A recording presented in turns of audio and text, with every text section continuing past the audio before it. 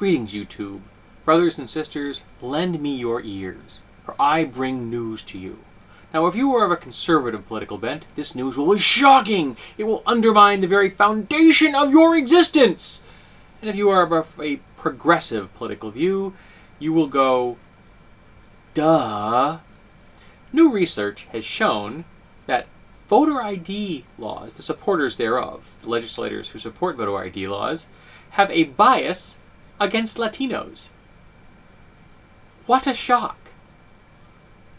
Whereas people who are opposed to voter ID laws have less of a bias against Latinos. They sent out letters, the same letter, and some of the letters were in English, some were Spanish, and some of them were signed by Jacob Smith and someone by Santiago Rodriguez. And guess what? Those that were opposed, or that are rather supporter of voter ID laws, were significantly less likely to reply to Santiago Rodriguez than Jacob Smith. What a stunner. And this is no shock. Even the Republicans have shown that the ID laws are nothing but blatant racism. They've always been about racism, and they'll always be about racism. Because there is no voter fraud in America. Flat out. As I've said many times before, and I'm going to say now, I've a 10-year study that took into account 600 million votes. There were 10 cases of voter fraud. 10 cases.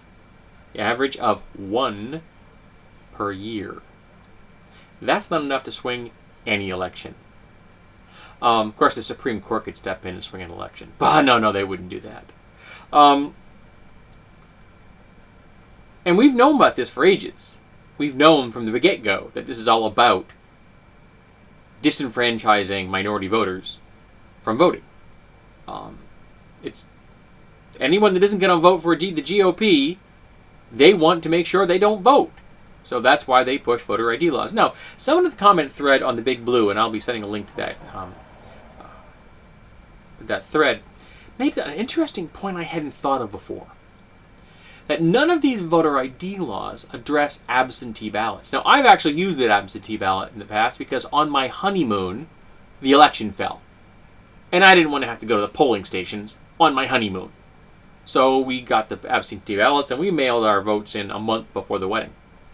They were already at the polling stations long before we took off for our honeymoon. So you might ask, well, if they're concerned about voter fraud, why wouldn't they pursue absentee ballots? That's perfect for fraud. There's no ID. There's no way to corroborate your face with the ID that you have in your hand. So you're not comparing someone to the voter registration list right there at the polling station. So why haven't they put the absentee ballots in their laws to make sure that they don't get out there? Interesting you should ask that. You see, more Republicans have been using absentee ballots than Democrats. And remember, the people pushing these voter ID laws want Republicans to vote. They don't want Democrats to vote. So, there you have it. That's why absentee ballots aren't in these laws.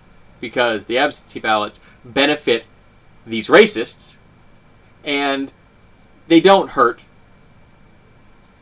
their agenda, which is making sure Democrats don't get elected by disenfranchising Democratic voters and making sure that Republican votes get counted.